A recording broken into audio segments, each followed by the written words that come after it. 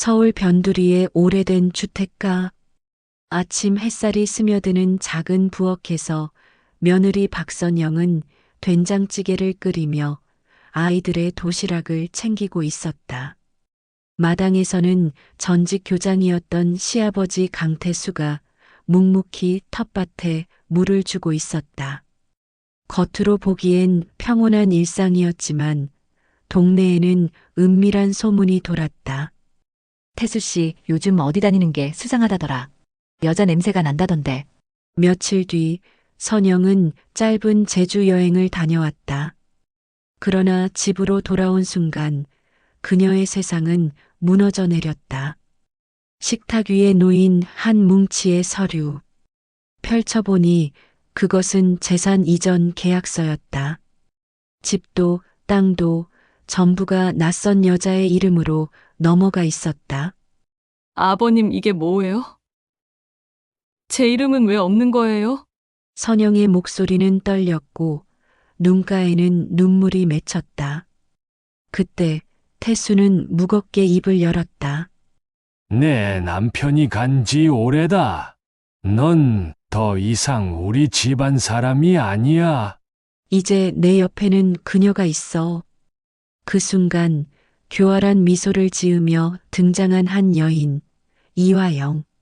선영은 믿을 수 없다는 듯 손끝을 떨며 서류를 내려다봤다. 평온했던 일상 뒤에 숨어있던 배신의 진실. 내 엄마는 가족이 아니잖아. 며느리가 여행 간 사이 전 재산을 내연녀에게 넘긴 시아버지의 충격적인 선택이 드러납니다. 사연 시작 전 무료 버튼인 구독과 좋아요를 눌러주시면 저에게 정말 큰 응원이 됩니다. 그리고 사연을 듣고 계신 여러분께는 오늘 하루 큰 행운이 찾아갑니다. 서울 변두리 골목길 아침 6시 반이었습니다. 박선영은 오늘도 어김없이 부엌에 섰어요. 찬찬한 새벽 공기 속에서 된장찌개가 보글보글 끓어오르고 있었죠. 10년이 넘는 시간 동안 한 번도 거르지 않은 아침 식사 준비였어요. 남편 강민수가 교통사고로 세상을 떠난 지 벌써 12년이 지났지만 선영의 손길은 여전히 세심했습니다. 선영은 시장에서 직접 고른 배추로 담근 김치를 꺼내며 생각에 잠겼어요. 남편이 살아있을 때는 이런 아침 풍경이 당연했는데 이제는 이 모든 게 자신의 몫이 되어버렸습니다. 하지만 불평하지 않았어요. 이 집의 평온을 지키는 것이 남편에 대한 마지막 의리라고 생각했거든요. 할아버지, 아침 드세요. 선영은 따뜻한 목소리로 시아버지 강태수를 불렀어요. 72세의 태수는 전직 고등학교 교장 출신답게 여전히 반듯한 자세를 유지하고 있었습니다. 깔끔하게 빗어넘긴 머리, 단정한 옷차림은 나이가 들어서도 변하지 않았죠. 하지만 요즘 들어 뭔가 달라진 게 있었어요. 예전처럼 선영과 눈을 마주치지 않았고 식사 중에도 자꾸 시계를 확인했죠. 그리고 가끔 혼자서 웃음을 짓는 모습도 보였어요. 마치 무슨 좋은 일이 생긴 사람처럼 말입니다.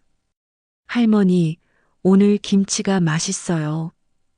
12살 손자 준호가 환하게 웃으며 말했어요. 옆에서 9살 손녀 민지도 고개를 끄덕이며 숟가락을 놓지 않았습니다. 선영은 그 모습을 보며 마음이 따뜻해졌어요. 이 아이들이 있어서, 시아버지가 있어서 지금까지 버텨올 수 있었던 거예요. 남편이 없는 이 집에서 선영은 딸도 며느리도 엄마도 모든 역할을 다 해내고 있었습니다. 때로는 힘들었지만 가족이라는 이름으로 모든 걸 감당해 왔어요. 특히 태수에게는 친딸보다 더 극진하게 모셨습니다. 효부로 소문난 선영이었죠. 점심때쯤 선영이 마당에서 빨래를 널고 있을 때였어요. 담 너머로 옆집 김할머니의 목소리가 들렸습니다. 아, 저기 봐. 태수 씨가 또 나가네. 요즘 자주 어디 다녀오는 것 같아. 다른 할머니가 수군거렸어요. 맞아. 지난주에도 봤는데 옷에서 향수 냄새가 나더라고. 여자 향수 말이야. 그게 말이 되나? 72살이 넘은 할아버지가? 또 다른 목소리가 끼어들었습니다. 나이가 몇 살인데 웃기는 소리 하지 마. 하지만 첫 번째 할머니는 확신에 찬 목소리로 말했어요. 내가 직접 봤다니까. 분명히 여자랑 같이 걸어가던데. 선영의 손이 잠시 멈췄습니다. 빨래 집게를 떨어뜨릴 뻔했죠. 하지만 곧 다시 빨래를 털며 애써 모른 척했어요. 동네 어르신들의 소문이야 늘 있는 일이었으니까요. 태수는 그저 친구들과 만나러 다니시는 거겠죠. 72살의 할아버지에게 무슨 일이 있겠어요. 그런데 이상했어요. 왜 가슴 한편이 이렇게 불안할까요? 선영은 그 감정을 떨쳐내려 애썼지만 마음 깊은 곳에 뭔가 어두운 그림자가 드리워진 것 같았습니다. 저녁 무렵 태수가 돌아왔습니다. 평소보다 기분이 좋아 보였어요. 걸음걸이도 가벼웠고 입가에는 미소까지 머금고 있었습니다. 옷에서는 정말로 은은한 향수 냄새가 났지만 선영은 그냥 넘어갔어요. 오히려 시아버지가 건강하게 외출도 하시고 친구분들도 만나시는 게 다행이라고 생각했습니다. 아버님, 저녁 준비됐어요. 선영이 밝게 말했지만 태수의 대답은 시큰둥했습니다. 응, 알겠다. 예전처럼 수고했네 같은 따뜻한 말은 사라진 지 오래였어요. 언제부터였을까요? 선영에 대한 태수의 태도가 이렇게 차갑게 변한 게 말입니다. 식사 시간에도 태수는 계속 휴대폰을 확인했어요. 누군가에게서 문자가 오는 모양이었습니다.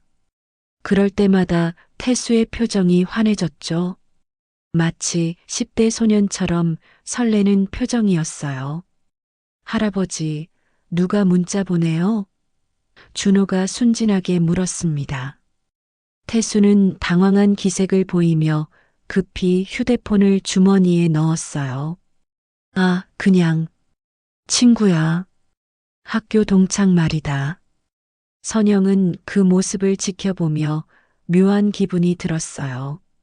뭔가 숨기고 있는 것 같았거든요. 하지만 시아버지의 사생활까지 캐묻을 수는 없었죠. 밤이 되자 선영은 손주들을 재우고 홀로 거실에 앉았습니다.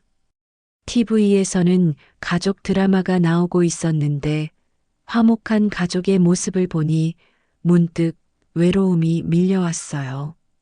남편이 살아있었다면 지금쯤 어떤 모습일까 하는 생각이 들었습니다.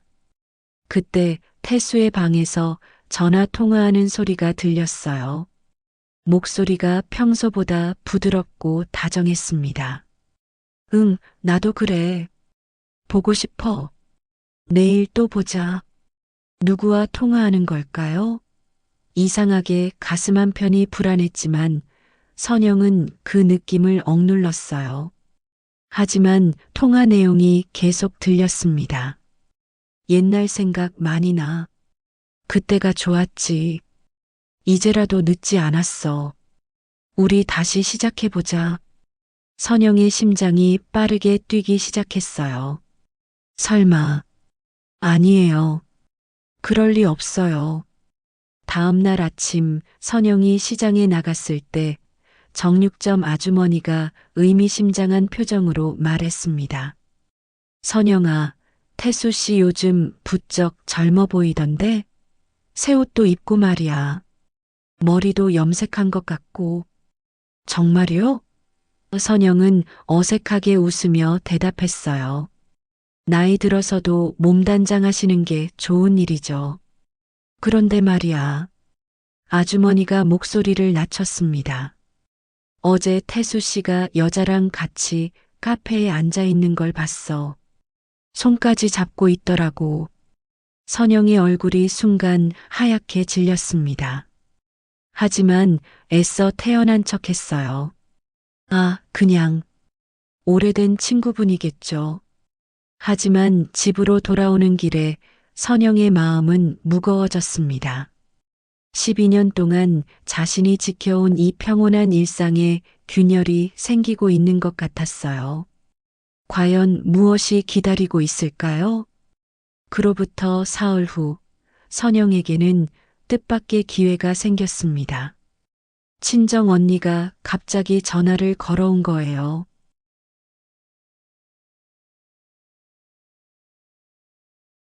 선영아, 제주도로 언니들이랑 여행 가지 않을래? 3박 4일인데 너무 오랫동안 고생만 했잖아. 선영은 처음엔 망설였어요. 집을 비울 수가 없었거든요. 12년 동안 집을 제대로 비워본 적이 없었습니다.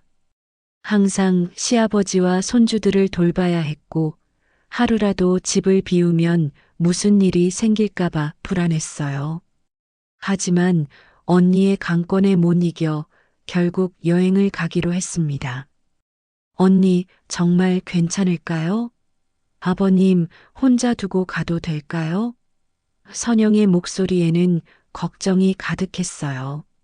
선영아, 너 언제까지 그렇게 살 거야? 이번 기회에 좀 쉬어. 시아버지도 성인이시고 손주들도 이제 컸잖아. 언니의 말이 맞았어요.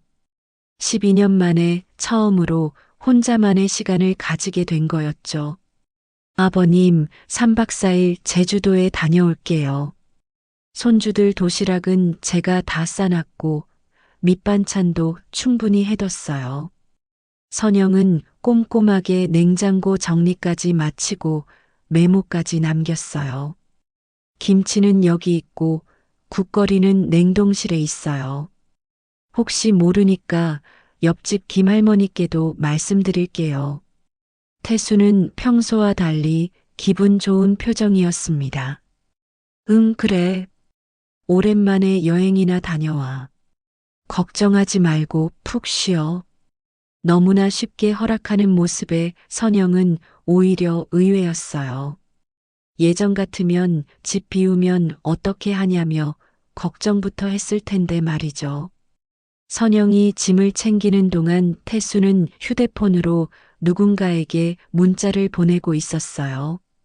손가락이 바쁘게 움직이는 모습이 마치 젊은 사람 같았습니다. 선영은 그 모습을 흘끔 보며 이상하다는 생각이 들었지만 여행 준비에 바빠서 넘어갔어요. 선영이 떠난 그날 저녁 동네 전체가 고요했습니다.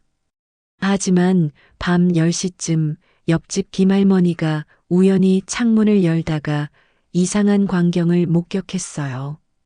한 여자가 태수의 팔을 자연스럽게 잡고 집으로 들어가는 모습이었습니다. 어머, 저게 뭐야? 김할머니는 눈을 비비며 다시 봤지만 이미 두 사람은 집 안으로 사라진 후였어요.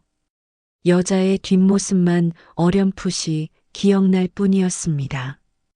키는 중간 정도, 파마를 한 머리카락, 그리고 고급스러운 옷차림이었죠. 설마 태수 씨가? 김할머니는 혼잣말을 하며 고개를 저었어요. 아니야, 내가 잘못 본 거겠지. 그 여자는 바로 이화영이었습니다. 66살의 화영은 40년 전 태수가 교장으로 있던 학교의 국어교사였어요. 당시 미혼이었던 화영과 기혼자였던 태수 사이에는 말할 수 없는 감정이 있었죠. 하지만 세상의 시선 때문에 둘의 관계는 조용히 묻혀야 했습니다. 젊은 시절의 화영은 아름다웠어요. 시조를 낭송할 때의 우아한 모습, 학생들을 가르치는 열정적인 모습이 태수의 마음을 사로잡았죠. 하지만 태수에게는 아내와 어린 아들이 있었고 화영도 그 사실을 알고 있었어요. 세월이 흘러 화영은 다른 남자와 결혼했고 태수도 가정에 충실했어요. 하지만 몇 년 전 화영의 남편이 세상을 떠나면서 상황이 달라졌습니다. 우연히 동창회에서 제외한 두 사람은 마치 시간이 멈춘 것처럼 예전 감정이 되살아났어요. 태수 오빠, 정말 오랜만이에요. 화영은 태수의 손을 꼭 잡으며 말했습니다. 거실에는 선영이 정성스럽게 준비한 반찬들이 가지런히 놓여 있었지만 두 사람의 눈에는 보이지 않았어요. 화영은 예전보다 나이가 들었지만 여전히 우아한 매력을 잃지 않고 있었습니다. 고급스러운 옷차림에 은은한 향수 냄새, 그리고 교양 있는 말투까지. 태수는 마치 젊은 시절로 돌아간 기분이었어요. 화영아, 이렇게 다시 만날 줄 몰랐어. 태수의 목소리에는 감격이 섞여 있었습니다. 그동안 많이 보고 싶었어. 화영은 집안을 둘러보며 쓴웃음을 지었어요. 여전히 며느리가 잘 돌보는군요. 하지만 오빠도 이제 자유로울 때가 되지 않았나요? 아들도 없는데 왜 이렇게 살고 계세요? 그 말에 태수의 표정이 미묘하게 변했습니다. 그러게 말이야. 나도 이제 내 삶을 살고 싶어. 화영의 말에 뭔가 설득당하는 기분이었어요. 며느리는 결국 남이에요. 아들이 죽었으니 더 이상 우리 가족이 아니죠. 화영은 단호한 목소리로 말했습니다. 오빠도 이제 자신을 위해 살 권리가 있어요. 제주도에서 선영은 오랜만에 마음의 평화를 찾고 있었어요. 바다를 보며 산책도 하고 언니들과 즐거운 시간도 보냈습니다. 언니, 정말 오랜만에 이런 여유를 가져보네요. 선영은 환한 웃음을 지으며 말했어요. 하지만 이상하게 집이 걱정되었어요. 시아버지가 잘 드시고 계실까? 손주들은 괜찮을까 하는 생각이 자꾸 들었거든요. 밤에는 집에 전화를 걸어보기도 했지만 태수는 다 괜찮다, 걱정하지 말라고만 했어요. 선영아, 너무 걱정하지 마. 며칠 동안은 괜찮을 거야. 언니가 달래며 말했지만 선영의 마음은 편치 않았어요. 뭔가 불안한 예감이 계속 들었거든요.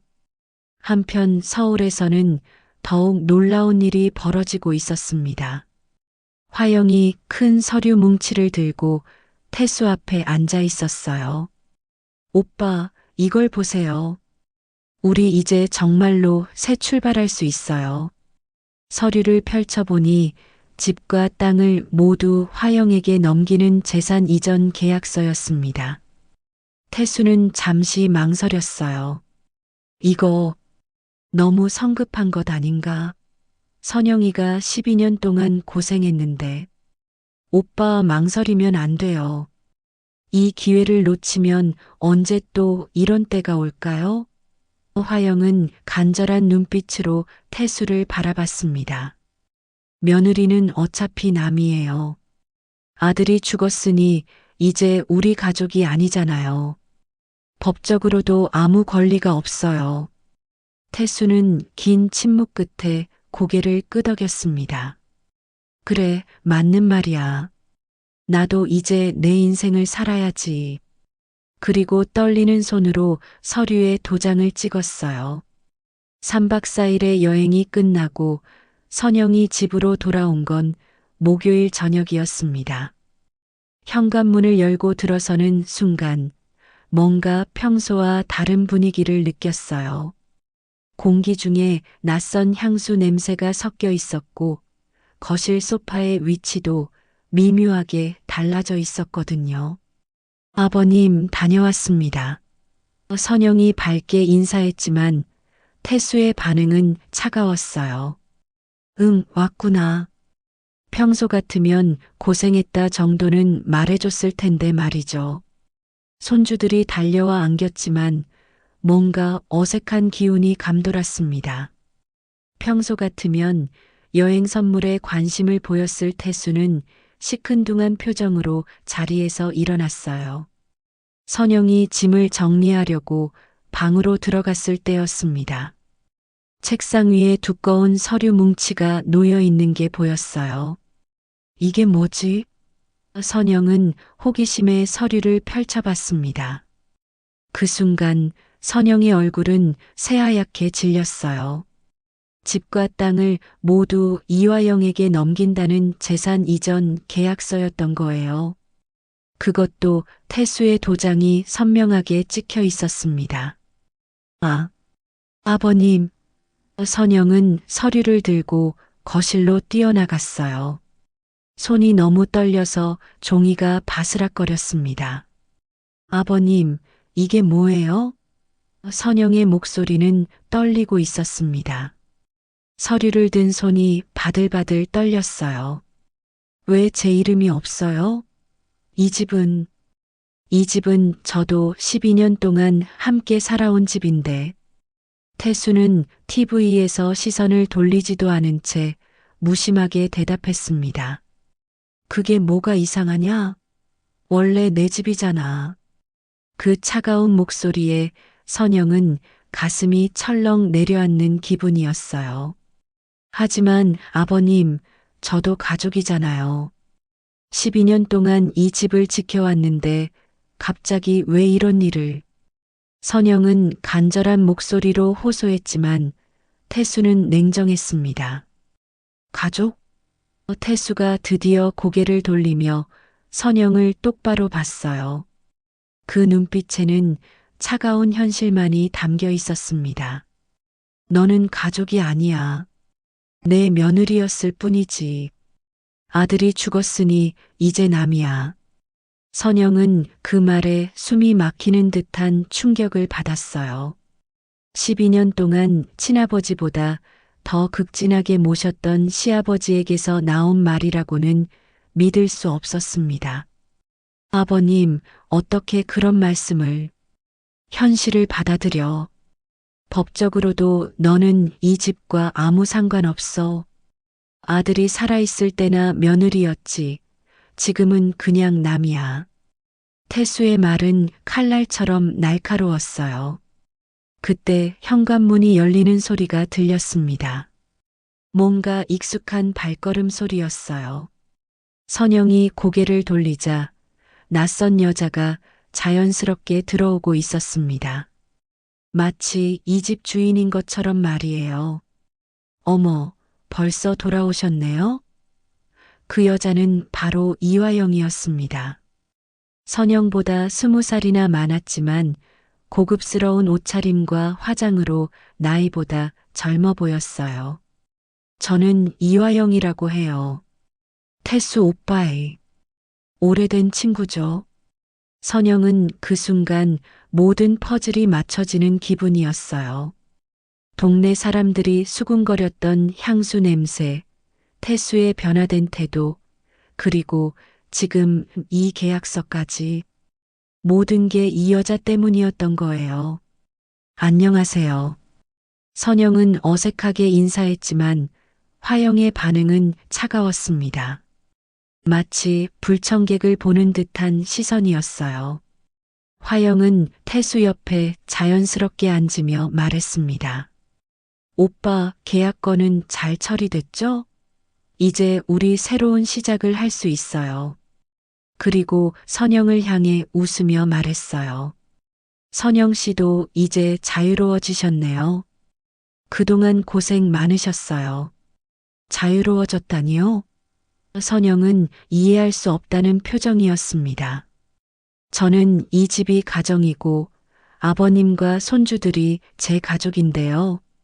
화영은 뻔뻔하게 웃으며 대답했어요. 하지만 현실은 다르잖아요. 이제 이 집은 제 것이에요. 태수 오빠도 저와 함께 새로운 인생을 시작하실 거고요. 그 말투에는 승리자의 여유가 묻어났습니다. 이제 선생님은 저만 믿으시면 돼요. 화영은 태수의 팔을 다정하게 잡았어요. 이 집도 이 땅도 다 우리 거예요. 40년을 기다린 보람이 있네요. 선영은 그 모습을 보며 온몸이 떨렸어요. 12년 동안 자신이 지켜온 가정이 한순간에 무너지는 기분이었습니다. 아버님, 정말 이게 맞는 건가요? 저는 정말 가족이 아닌 건가요? 태수는 화영의 손을 보며 말했습니다.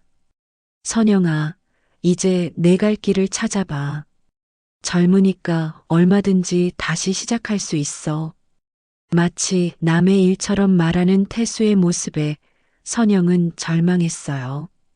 그동안 정말 고마웠어요. 화영이 거짓 친절한 미소를 지으며 말했습니다. 하지만 이제는 우리끼리 살고 싶어요.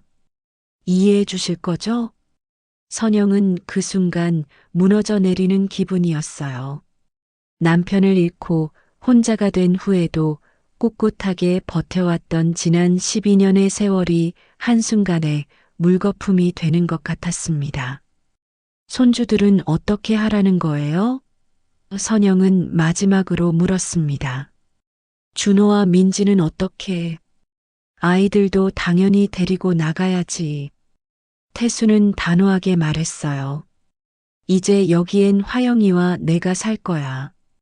그때 방에서 공부하고 있던 준호와 민지가 소리를 듣고 나왔습니다. 할머니, 왜 울어요? 민지가 선영의 치마를 잡으며 물었어요. 할아버지, 할머니가 왜 우시는 거예요? 준호도 상황을 이해할 수 없다는 표정이었습니다. 선영은 아이들을 끌어안고 눈물을 흘렸어요.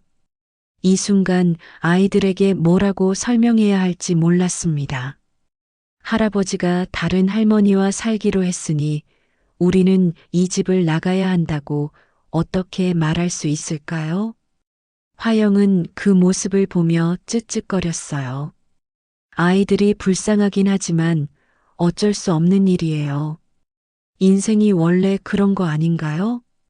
화영 씨, 아이들 앞에서는 그런 말 하지 마세요. 선영이 처음으로 강한 목소리를 냈습니다. 아무리 그래도 아이들은 무슨 죄가 있어요? 죄는 무슨 그냥 현실일 뿐이에요. 화영은 태연하게 대답했어요. 태수 오빠도 이제 자기 인생을 살 권리가 있어요. 72살인데 언제까지 남의 가족을 돌봐야 하나요? 선영은 그제서야 모든 걸 깨달았어요. 이 모든 게 계획된 일이었다는 걸 말이에요. 자신이 여행을 떠난 사이에 이 모든 일이 준비되었다는 사실이 더욱 충격적이었습니다. 아버님, 정말 이게 마지막 결정이세요? 선영은 마지막 희망을 걸고 물었습니다. 태수는 잠시 망설이는 듯 했지만 화영이 그의 손을 꼭 잡자 다시 단호해졌어요. 그래, 이미 결정한 일이야. 너도 이제 받아들여. 선영은 그 말에 완전히 절망했습니다. 하지만 동시에 마음 깊은 곳에서 뭔가 불같은 감정이 솟아오르기 시작했어요. 분노였습니다. 12년 동안 자신의 청춘을 바쳐 이 가정을 지켜온 자신을 이렇게 쉽게 버리는 것에 대한 분노 말이에요. 좋아요. 선영은 눈물을 닦으며 일어섰습니다. 하지만 이 일이 이렇게 쉽게 끝날 거라고 생각하지 마세요. 선영은 그날 밤 한잠도 잘 수 없었어요. 아이들을 재워놓고 거실에 혼자 앉아 있으니 온갖 생각이 머릿속을 맴돌았습니다. 정말 이대로 포기해야 하는 걸까요? 12년의 세월이 이렇게 무너져도 되는 걸까요? 창밖으로 보이는 작은 텃밭이 눈에 들어왔어요. 선영이 직접 가꾼 상추와 깻잎, 고추가 무성하게 자라고 있었습니다. 남편이 살아있을 때 함께 심었던 감나무도 이제 제법 큰 열매를 맺고 있었어요. 이 모든 게 자신의 손길로 가꿔진 것들인데 정말 다 버리고 떠나야 하는 걸까요? 다음 날 아침 선영은 용기를 내어 동네 이웃들에게 이 상황을 알리기로 했어요. 혹시라도 도움을 받을 수 있을지 모르니까요. 먼저 가장 가까운 옆집 김할머니부터 찾아갔습니다. 할머니, 제가 할 말이 있어요. 선영은 떨리는 목소리로 문을 두드렸어요. 무슨 일이야, 선영아? 얼굴이 많이 상했네. 잠을 못 잤나? 김할머니는 걱정스러운 표정으로 선영을 바라봤어요. 사실은 선영은 떨리는 목소리로 어제 일어난 모든 일을 털어놨습니다. 태수가 이화영과 재산 이전 계약을 한 일, 자신과 손주들을 집에서 내보내려는 일까지 모두 말했어요. 그런데 김할머니의 반응은 예상과 전혀 달랐습니다. 어머, 그게 그렇게 이상한 일이야? 태수 씨도 이제 72살인데 혼자 사실 나이고 평생 혼자 살 수는 없잖아. 선영은 당황했어요. 하지만 할머니, 저도 12년 동안 이 집을 지켜왔는데. 선영아, 현실을 봐야지. 김할머니는 오히려 타이르는 듯한 말투였어요. 너는 며느리였을 뿐이야. 아들이 죽었으니 이제 법적으로는 남이지. 욕심 부리지 말고 깔끔하게 나갈 준비나 해. 선영은 그 말에 가슴이 철렁했어요. 12년 동안 가장 가까이 지낸 이웃이 이런 반응을 보일 줄은 몰랐거든요. 그리고 말이야. 김할머니가 목소리를 낮췄어요. 사실 동네에서 다들 수상하게 생각하고 있었어. 젊은 여자가 시아버지랑 둘이서 그렇게 오래 사는 게 말이야. 할머니, 그게 무슨 말씀이세요? 선영은 기가 막혔어요. 아니다, 아니다. 그런 뜻이 아니야. 김할머니가 손을 흔들었지만 이미 선영의 마음에는 상처가 깊게 팔 상태였어요. 선영은 충격을 받았지만 포기하지 않았어요. 다른 이웃들에게도 찾아가 보기로 했습니다. 정육점 아주머니를 찾아갔을 때의 반응은 더욱 냉정했어요. 선영아, 솔직히 말할게. 정육점 아주머니는 칼로 고기를 썰면서 말했어요. 며느리 주제에 재산까지 노리는 거 아니야? 그동안 얹혀 살. 알겠어, 화영아. 미안해. 태수의 대답도 들렸습니다. 선영아, 아이들 좀 조용히 시켜라. 화영이가 피곤해한다. 선영은 치욕감을 느꼈어요. 이 집에서 12년을 살았는데 이제는 아이들이 소리를 내는 것도 눈치를 봐야 하는 처지가 된 거였습니다. 며칠이 지나면서 상황은 더욱 악화됐어요. 화영은 아예 이 집의 주인 행세를 하기 시작했습니다. 선영이 해놓은 밑반찬을 마음대로 버리고 냉장고 안을 자기 마음대로 정리했어요. 이 김치는 너무 짜네요. 버려야겠어요. 화영은 선영이 정성스럽게 담근 김치를 쓰레기통에 버렸어요. 화영 씨, 그건 제가. 선영이 말하려 했지만 화영은 무시했어요.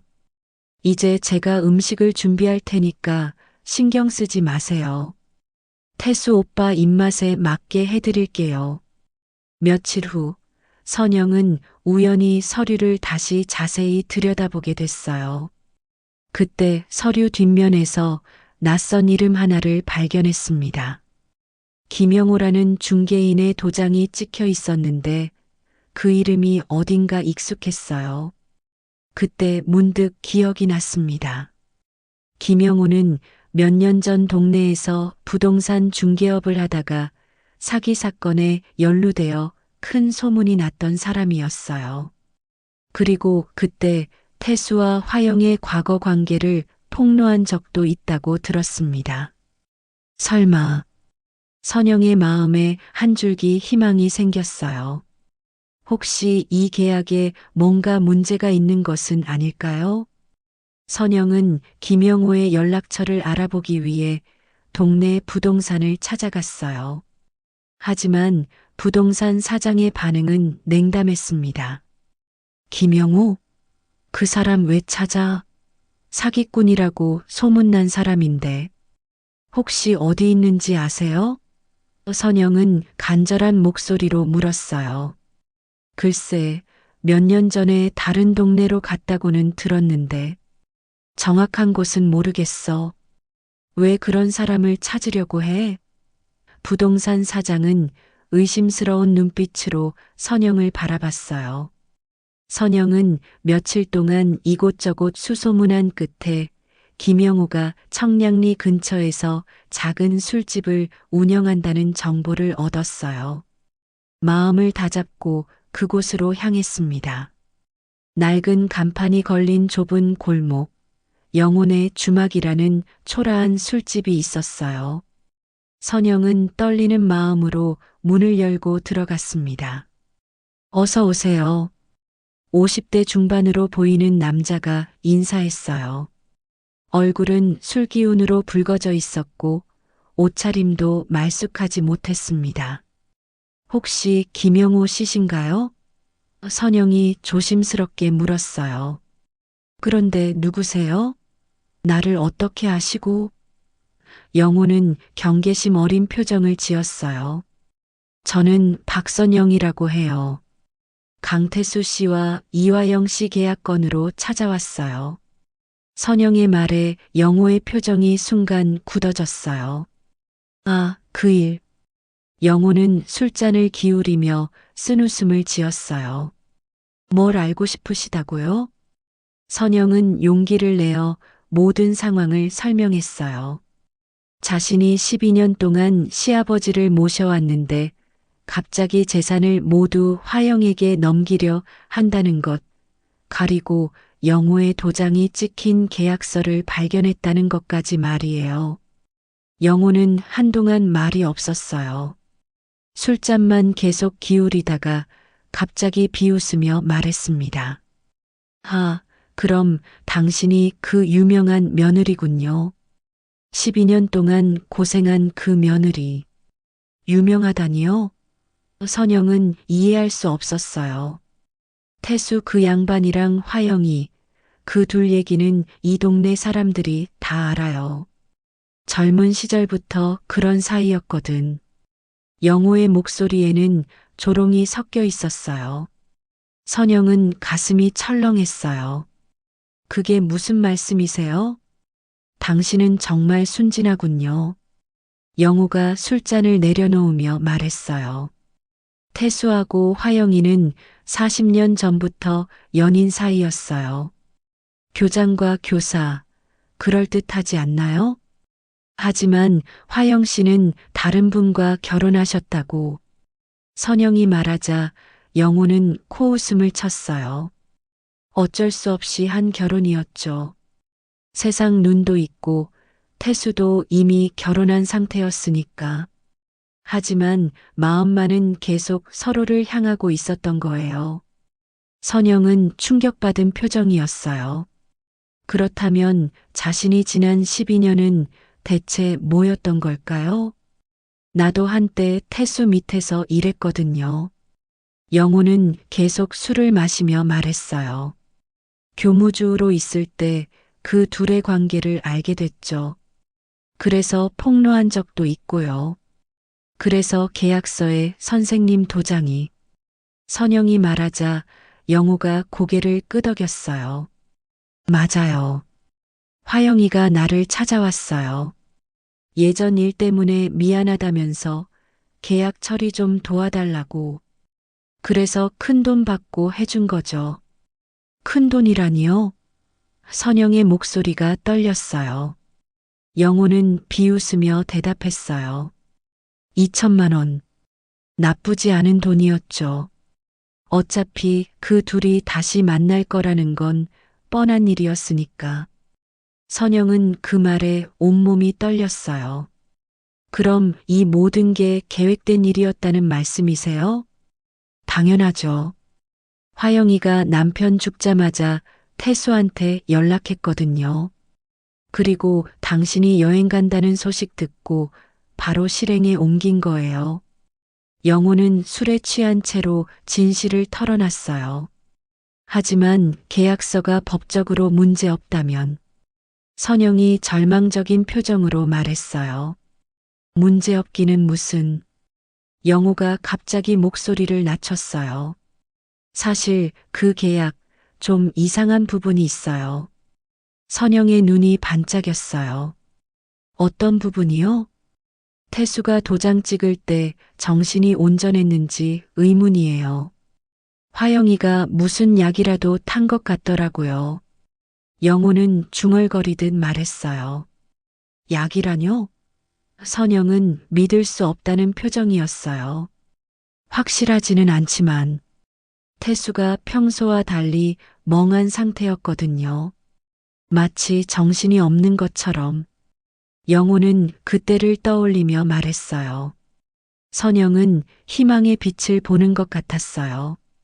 그럼 증언해 주실 수 있나요? 하지만 영호는 고개를 저었어요. 안 돼요. 나도 돈 받고 한 일인데 어떻게 증언해요. 그리고 화영이 그 여자 무서워요. 제발 부탁드려요. 선영은 간절히 호소했어요. 아이들을 위해서라도. 영호는 한참을 망설이다가 말했어요. 당신 정말 순진하네요. 세상이 그렇게 만만한 줄 아세요? 그때 술집 문이 벌컥 열리며 누군가 들어왔어요. 선영이 돌아보니 바로 화영이었습니다. 화영은 선영을 보고 차가운 미소를 지었어요. 어머, 여기서 뭐 하세요? 화영의 목소리는 달콤했지만 위협적이었어요. 영호는 화영을 보자 얼굴이 새하얗게 질렸어요. 화영 씨, 어떻게 여기를? 영호 씨 가게 주소는 제가 알고 있었어요. 화영은 선영 앞에 앉으며 말했어요. 선영 씨, 괜한 짓 하지 마세요. 이미 끝난 일이에요. 선영은 화영의 차가운 눈빛을 보며 소름이 돋았어요. 화영 씨, 도대체 왜 이런 짓이라뇨? 화영이 웃으며 말했어요. 40년을 기다렸어요. 이제 우리가 함께할 때가 된 거예요. 영호는 벌벌 떨며 말했어요. 화영 씨, 저는 아무 말도 안 했어요. 그래요, 영호 씨. 계속 그러세요. 화영의 목소리에는 위협이 담겨 있었어요. 선영은 그 순간 모든 것을 깨달았어요. 이 모든 게 얼마나 치밀하게 계획된 일인지를 말이에요. 하지만 포기할 수는 없었어요. 그날 밤 집으로 돌아온 선영은 완전히 절망에 빠져 있었어요. 화영이 나타나는 바람에 영호로부터 더 이상의 증언을 받을 수 없었거든요. 오히려 화영의 차가운 위협을 직접 목격하면서 이 일이 얼마나 치밀하게 계획되었는지 깨닫게 됐습니다. 현관문을 열고 들어서자마자 선영은 이상한 분위기를 감지했어요.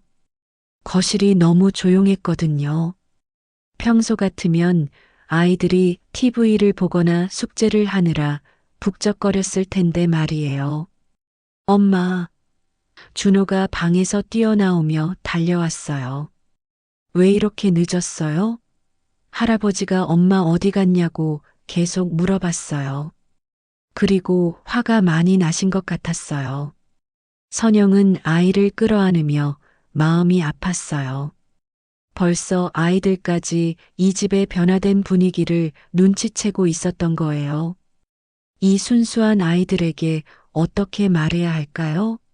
할아버지가 다른 할머니와 살기로 해서 우리는 집을 나가야 한다고 어떻게 설명할 수 있을까요? 준호야, 엄마가 할 얘기가 있어. 민지도 이리 와봐. 선영은 두 아이를 불러 앉혔어요. 마음의 준비를 하고 진실을 말할 때가 된 것 같았거든요. 엄마, 무슨 일이에요? 얼굴이 너무 심각해요. 민지도 엄마의 표정을 보며 불안해했어요. 선영은 한참을 망설이다가 입을 열었어요. 우리 곧 이 집을 떠날 것 같아. 떨리는 목소리로 말했습니다. 할아버지가 새로운 분과 함께 살기로 하셨거든. 새로운 분이요? 준호가 고개를 갸웃거렸어요. 혹시 그 향수 냄새 나는 할머니 말이에요? 요즘 자주 오시는 분? 선영은 아이가 벌써 모든 걸 눈치채고 있었다는 사실에 놀랐어요. 아이들은 어른들이 생각하는 것보다 훨씬 더 많은 걸 알고 있었던 거예요. 그래, 준호야. 그분이 이제 이 집에서 할아버지와 함께 사실 거야. 선영은 최대한 차분하게 설명하려 했어요. 그럼 우리는 어디로 가요? 민지가 울먹이며 물었어요. 저는 여기가 좋은데. 제 방도 있고, 마당에 그네도 있고. 선영은 아이를 꼭 안아주며 말했어요. 엄마가 방법을 찾아볼게. 어떻게든 해결할 거야. 걱정하지 마.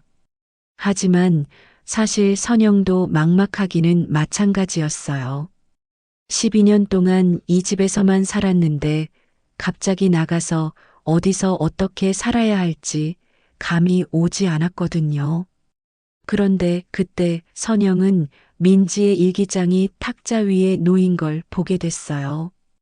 표지에 예쁜 스티커가 붙어 있는 분홍색 일기장이었습니다. 호기심에 펼쳐보니 어제 쓴 일기가 눈에 들어왔어요. 오늘 엄마가 많이 울었다. 할아버지도 요즘 우리를 안 좋아하시는 것 같다. 새로운 할머니는 우리를 째려보듯이 본다. 무섭다. 하지만 나는 엄마랑 오빠랑 있으면 그냥 행복하다. 엄마가 해주는 밥이 세상에서 제일 맛있고 엄마가 재워주는 자장가가 제일 좋다. 우리가 어디로 가더라도 엄마만 있으면 괜찮을 것 같다. 엄마는 세상에서 제일 좋은 엄마다. 선영은 그 글을 읽는 순간 눈물이 핑 돌았어요.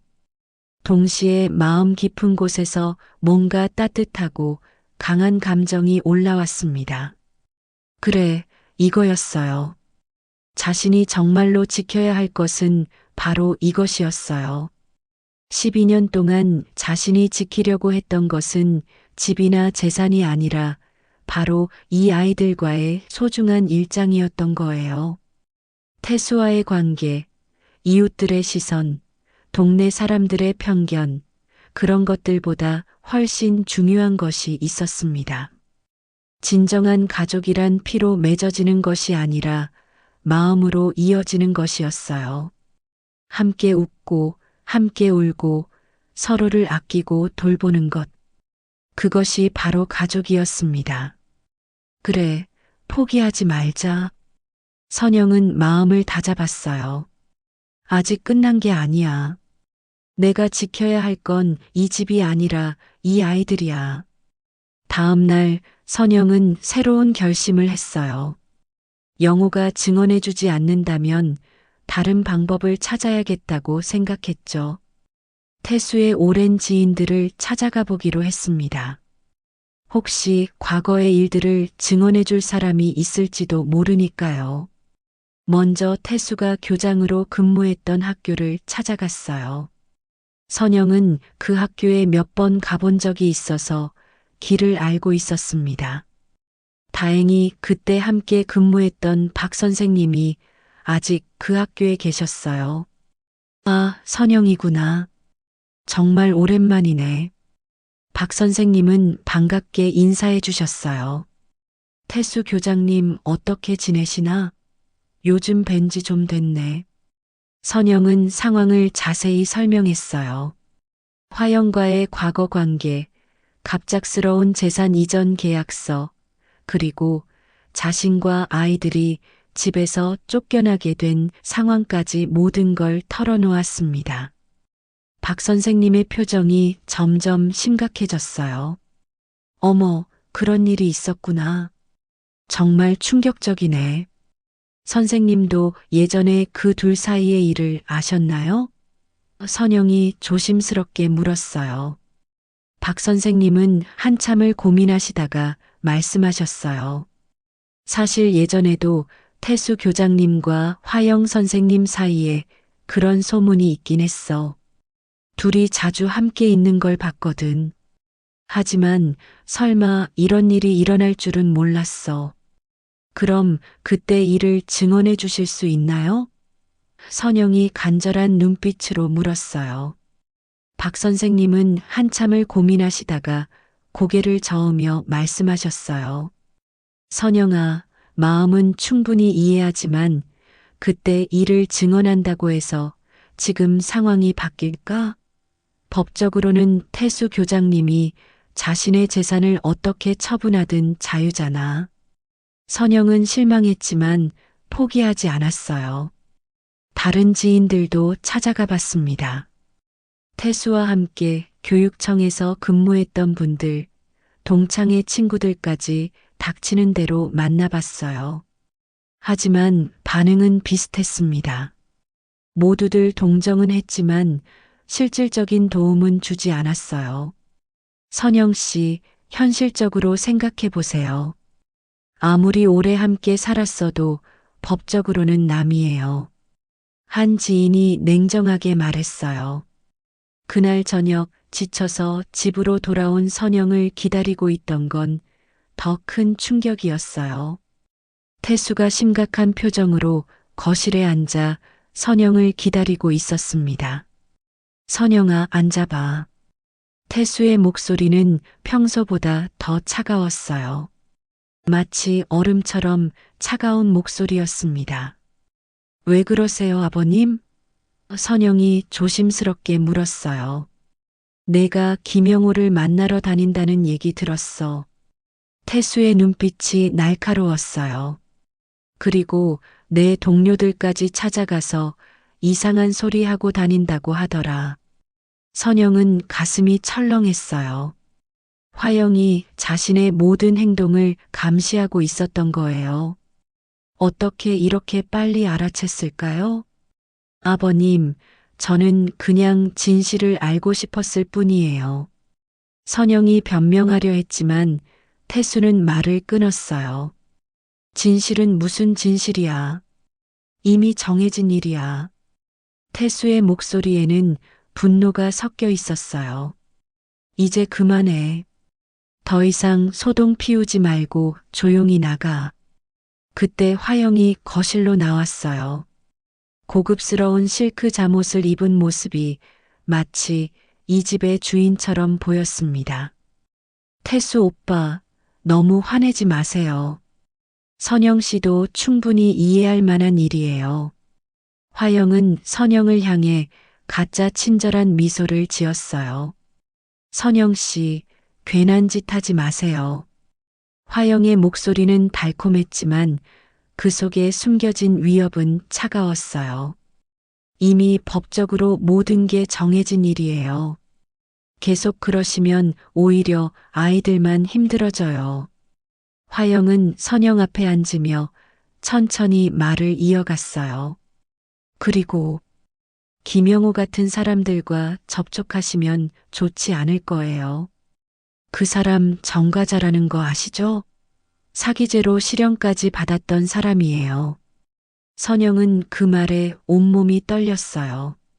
명백한 협박이었습니다.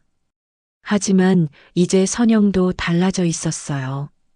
민지의 일기를 읽은 후 깨달은 것이 있었거든요. 화영 씨, 선영이 당당한 목소리로 말했어요. 제가 뭘 하든 그건 제 자유 아닌가요? 자유라뇨? 화영이 비웃듯 웃었어요. 여기서 나갈 사람이 무슨 자유를 말해요? 그때 태수가 끼어들었어요. 선영아, 그만해. 더 이상 화영이를 괴롭히지 마. 선영은 그 말에 기가 막혔어요. 자신이 화영을 괴롭힌다고요? 오히려 자신이 괴롭힘을 당하고 있는 것 같았는데 말이에요. 아버님, 저는 선영이 말하려 했지만 태수는 더 이상 들으려 하지 않았어요. 내일까지 나가. 더 이상은 못 기다려. 태수의 최후 통첩이었습니다. 그날 밤 선영은 잠을 이룰 수 없었어요. 내일이면 정말로 이 집을 나가야 하는 걸까요? 12년의 세월이 정말 이렇게 끝나는 걸까요? 하지만 선영은 포기하지 않기로 결심했어요. 마지막까지 싸워보기로 했습니다. 그리고 기회가 왔어요. 며칠 후 동네 회관에서 매월 열리는 노인 모임이 있었어요. 태수도 예전부터 참석해온 모임이었죠. 선영은 그 모임에 가보기로 했습니다. 회관에 도착하니 동네 어르신들이 이미 모여 앉아 있었어요. 그런데 놀랍게도 태수와 화영이 함께 나란히 앉아 있었습니다.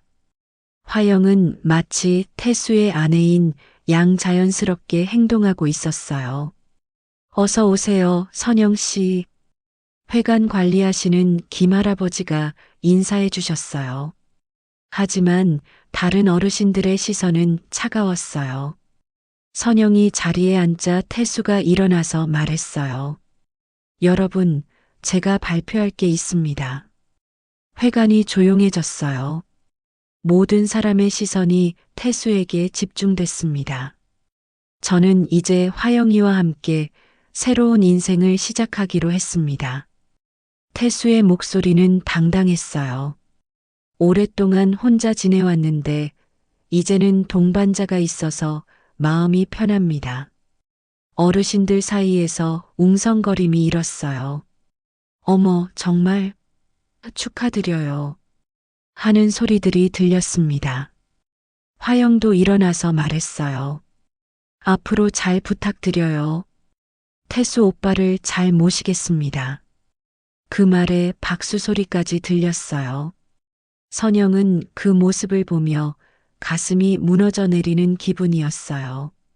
하지만 이대로 끝낼 수는 없었습니다. 선영이 벌떡 일어서자 회관이 다시 조용해졌어요. 잠깐만요. 선영의 목소리가 회관에 울려 퍼졌습니다. 선영 씨, 왜 그러세요? 화영이 당황한 기색을 보였어요. 선영은 가방에서 서류와 녹음기를 꺼내 들었어요. 며칠 전 김영호를 만났을 때 몰래 녹음한 것이었습니다. 여러분, 이 계약에는 숨겨진 진실이 있어요. 선영의 목소리는 떨리고 있었지만 확신에 차 있었어요. 뭔 소리야, 선영아. 태수가 당황하며 말했어요. 선영은 녹음기를 틀었어요. 김영호의 목소리가 회관에 울려 퍼졌습니다. 화영이가 나를 찾아왔어요. 예전 일 때문에 미안하다면서 계약 처리 좀 도와달라고. 그래서 2천만 원 받고 해준 거죠. 회관이 술렁이기 시작했어요. 녹음은 계속됐습니다. 태수가 도장 찍을 때 정신이 온전했는지 의문이에요. 화영이가 무슨 약이라도 탄 것 같더라고요. 거짓말이에요. 화영이 소리쳤어요. 그 사람은 정과자예요. 믿을 수 없어요. 하지만 그때 회관문이 열리며 누군가 들어왔어요. 다름 아닌 김영호였습니다. 영호 씨? 태수가 깜짝 놀라며 말했어요. 영호는 술에 취한 상태였지만 또렷한 목소리로 말했어요. 내가 직접 증언하겠습니다. 화영의 얼굴이 새하얗게 질렸어요. 당신이 왜 여기에? 화영 씨, 당신이 나를 협박했지만 이제 참을 수 없어요. 영호가 말했어요. 양심상 말해야겠어요. 영호는 어르신들을 향해 말했어요. 이 계약은 사기입니다. 제가 2천만 원 받고 위조한 거예요. 그리고 태수 씨가 계약서에 도장 찍을 때 정신이 멍한 상태였어요. 회관이 완전히 술렁거리기 시작했어요. 어머, 그게 사실이야? 사기라고? 화영은 필사적으로 변명했어요. 거짓말이에요. 그 사람 말을 믿으면 안 돼요. 하지만 영호는 계속 말했어요. 화영 씨가 태수 씨한테 수면제를 탄 차를 마시게 했어요. 그래서 정신이 몽롱한 상태에서 도장을 찍게 한 거죠. 수면제라니. 어르신들이 소리쳤어요. 태수도 충격을 받은 표정이었어요. 화영아, 이게 무슨 소리야? 오빠 믿지 마세요. 저 사람이 거짓말하는 거예요. 화영은 태수의 팔을 잡으며 간절히 말했어요. 하지만 영호는 주머니에서 작은 병을 꺼냈어요. 이게 증거예요. 화영 씨가 준 수면제 남은 거예요. 선영이 그 순간을 놓치지 않고 말했어요. 아버님, 이제라도 진실을 보세요. 제가 12년 동안 이 가정을 지켜온 건 재산 때문이 아니었어요. 진짜 가족이라고 생각했기 때문이에요. 회관의 어르신들도 웅성거리며 화영을 의심의 눈초리로 바라보기 시작했어요. 화영 씨, 이게 정말 사실이에요? 김할아버지가 물었어요. 화영은 궁지에 몰린 표정이었어요. 하지만 끝까지 버틸 생각인지 비웃으며 말했어요. 좋아요. 그렇다고 치죠.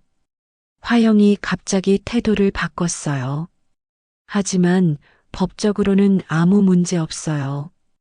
태수 오빠가 자신의 재산을 어떻게 처분하든 자유거든요. 그리고 화영이 선영을 향해 차가운 시선을 보냈어요. 며느리는 결국 남이에요. 아들이 죽었으니 이제 가족이 아니죠. 그 말에 회관이 완전히 조용해졌어요. 모든 사람이 화영의 냉정함에 충격을 받았습니다. 선영은 그 순간 확신했어요. 이제 모든 걸 다 보여줄 때가 왔다고 말이에요. 화영 씨 말이 맞아요. 선영이 당당하게 말했어요. 저는 법적으로는 남이에요. 하지만 진짜 가족은 법으로 정해지는 게 아니에요. 진짜 가족은 법으로 정해지는 게 아니에요. 선영의 말이 회관에 울려 퍼지자 모든 사람이 숨을 죽이고 들었어요.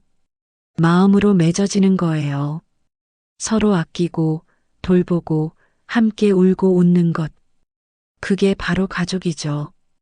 화영은 그 말에 비웃으며 대답했어요. 감상적인 소리 하지 마세요. 현실은 냉정한 거예요. 하지만 그때 태수가 갑자기 일어섰어요. 그의 얼굴은 새하얗게 질려 있었습니다. 영호의 증언을 듣고 나서야 모든 게 선명해졌던 거예요. 화영아. 태수의 목소리는 떨리고 있었어요. 정말 내가 그랬니? 내 차에 수면제를? 오빠, 그런 게 중요한 게 아니에요. 화영은 여전히 당당했어요. 우리가 사랑하는 사이라는 게 중요하잖아요. 사랑? 태수가 화영을 바라보는 눈빛이 달라졌어요. 이게 사랑이야? 나를 속이고 약을 먹이고. 회관의 어르신들도 웅성거리기 시작했어요. 어머, 정말 그런 일이. 수면제까지 사용했다니. 김할아버지가 화영을 향해 말했어요. 화영 씨, 이건 너무 심하지 않소? 아무리 그래도. 화영은 궁지에 몰렸지만 끝까지 버텼어요. 여러분, 저를 오해하지 마세요.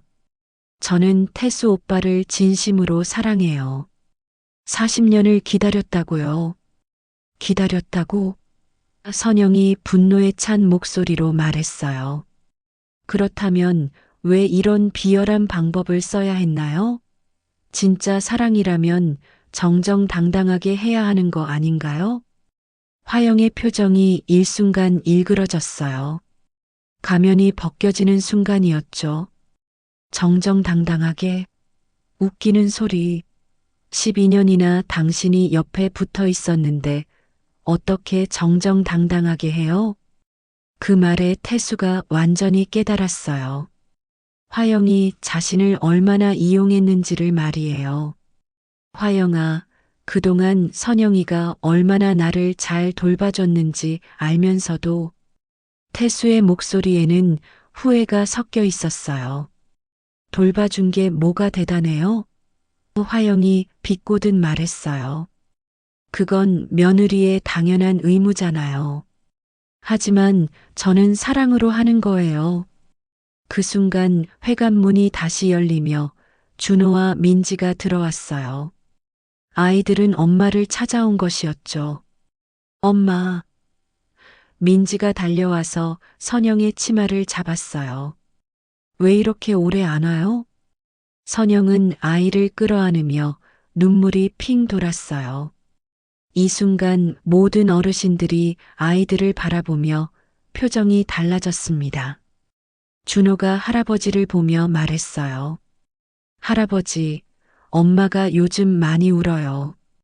할아버지가 우리를 싫어하시는 것 같아서요.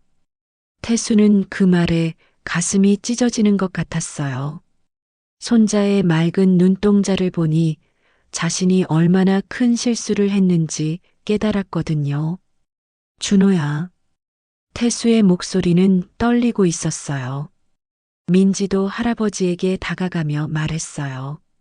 할아버지, 우리 다시 예전처럼 살 수 있어요? 엄마가 해주는 된장찌개 정말 맛있잖아요. 할아버지도 좋아하셨잖아요. 그 순간 회관의 모든 어르신들이 숙연해졌어요. 아이들의 순수한 말이 모든 사람의 마음을 움직였던 거예요. 화영은 그 모습을 보며 초조해졌어요. 태수 오빠 아이들 말에 흔들리시면 안 돼요. 우리가 더 중요하잖아요. 하지만 태수는 이미 마음을 정한 것 같았어요. 손자들을 바라보며 후회스러운 표정을 지었습니다. 김할아버지가 나서서 말했어요. 화영 씨, 이제 그만하시오. 이미 모든 게 드러났잖아요. 다른 어르신들도 한마디씩 거들었어요. 맞아요. 너무 심했어요. 아이들도 있는데. 화영은 사면 초가에 몰린 상태였어요. 하지만 마지막까지 버틸 생각인지 태수의 팔을 붙잡으며 말했어요. 오빠, 저와 함께 가요. 다른 곳에서 새로 시작해요. 이런 사람들과 있을 필요 없어요. 하지만 태수는 화영의 손을 뿌리치며 일어섰어요. 화영아, 그만해. 나는 이제 내가 뭘 해야 하는지 알겠어. 태수는 선영 앞으로 다가가서 깊이 고개를 숙였어요. 선영아, 미안하다. 내가 정말 잘못했구나. 선영은 그 모습을 보며 복잡한 감정이 들었어요. 분노, 실망, 그리고 안타까움이 뒤섞인 감정이었죠. 아버님. 선영의 목소리도 떨리고 있었어요. 그동안 내가 진짜 가족이었는데 내가 눈이 멀었구나. 태수는 진심으로 후회하는 것 같았어요. 선영아, 용서해 주겠니? 화영은 그 모습을 보며 분노에 찬 표정이었어요. 태수, 당신 지금 뭐 하는 거예요? 화영아, 이제 그만 가거라. 태수가 단호하게 말했어요.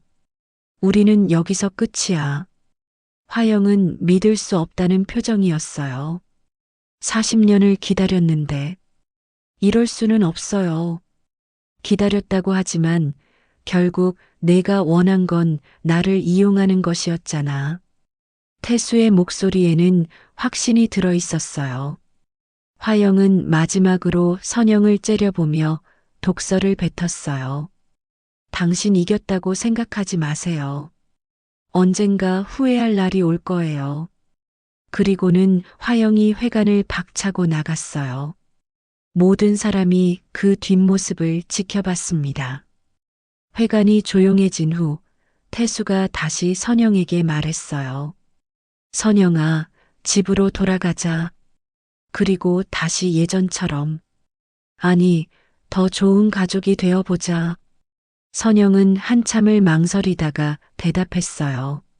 아버님, 쉽게 용서할 수는 없어요. 하지만 아이들을 위해서라도 다시 시작해보겠어요. 준호와 민지가 환하게 웃으며 할아버지와 엄마를 끌어안았어요. 와, 우리 다시 함께 살 수 있는 거예요?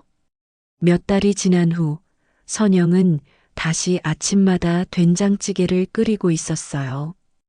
텃밭에서 따온 채소로 식탁을 꾸미는 일상도 돌아왔습니다.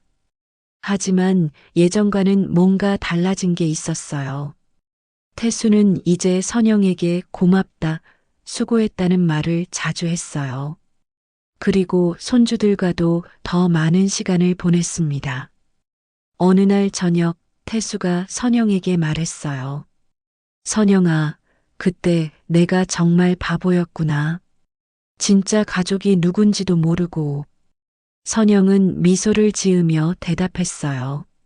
아버님, 이제라도 알게 되셔서 다행이에요. 진짜 가족은 피로 맺어지는 게 아니라 마음으로 맺어지는 거라고 저도 깨달았거든요. 비록 모든 것이 완전히 원래대로 돌아가지는 않았지만 선영의 마음에는 새로운 희망이 피어나고 있었어요.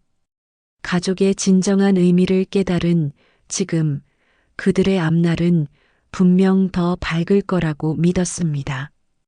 오늘 사연 어떠셨나요? 오늘 사연 들어주셔서 감사합니다. 구독과 좋아요 부탁드리며 다음에 더 좋은 사연으로 찾아뵙겠습니다. 지금까지 사연난장이었습니다.